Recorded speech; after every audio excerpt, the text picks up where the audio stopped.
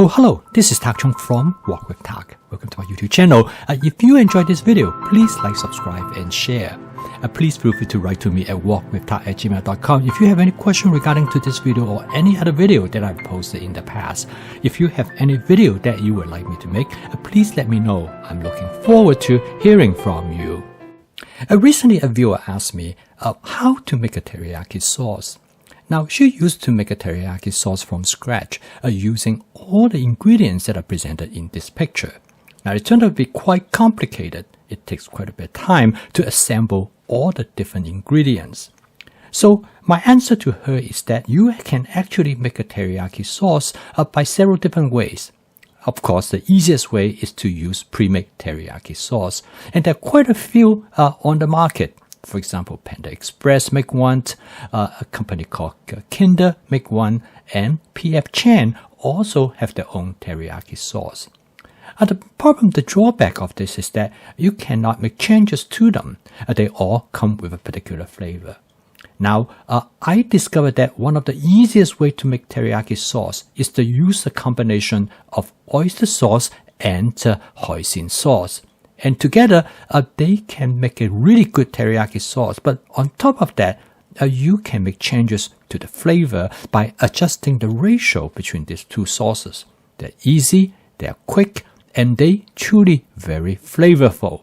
So first of all, let me discuss a little bit about these two different sauces, and then I'll show you how I make teriyaki sauce with the combination of these two.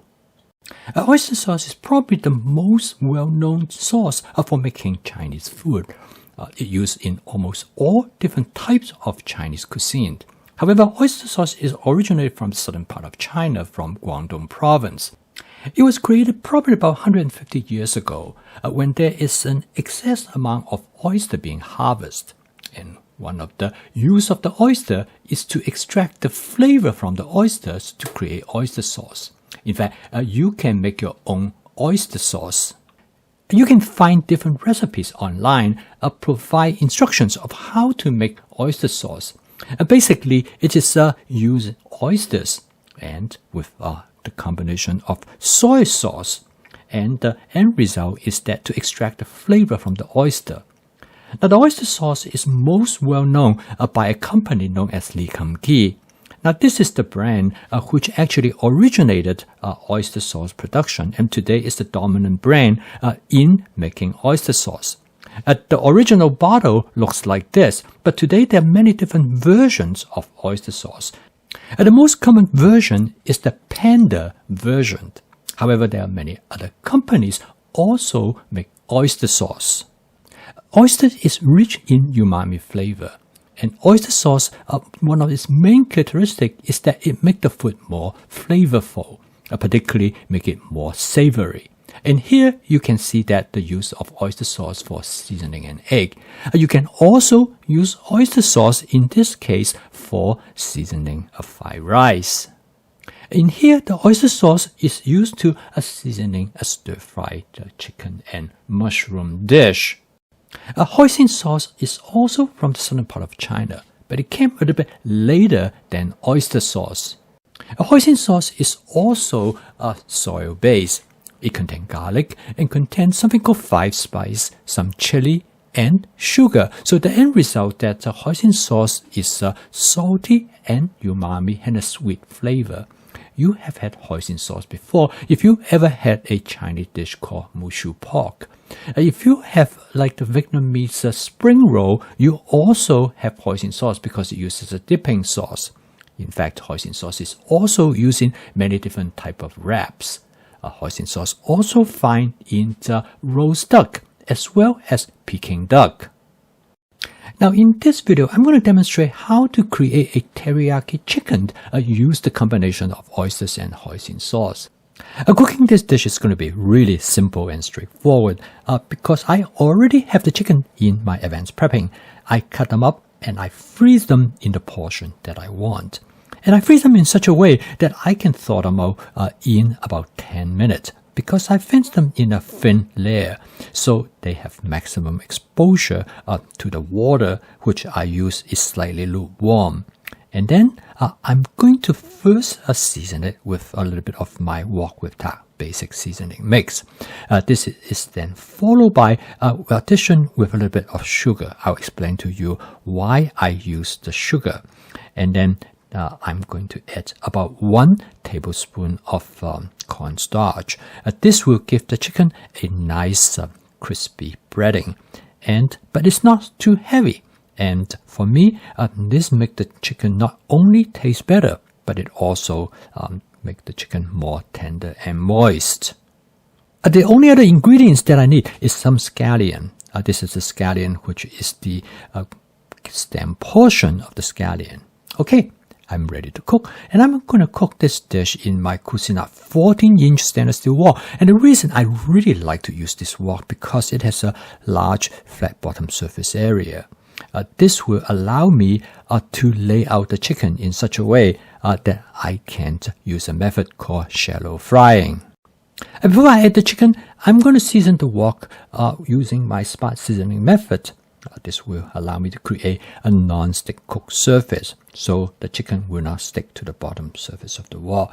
And the method works really well. Now, the shallow frying method is excellent for cooking chicken because using this method, I'm able to fry the chicken to create a crispy layer and also cause browning to the surface of the chicken. It makes the chicken taste much better. And as I mentioned earlier, the cornstarch is really useful as a way to insulate the chicken against the heat from the wok. And this will actually keep the chicken moist and tender. It will cook the chicken a little bit slower. At this point, I have set the burner to about low to medium low, and this will give me better control of the temperature of the oil. One of the most important things when I prep chicken is that I cut them into thin slices.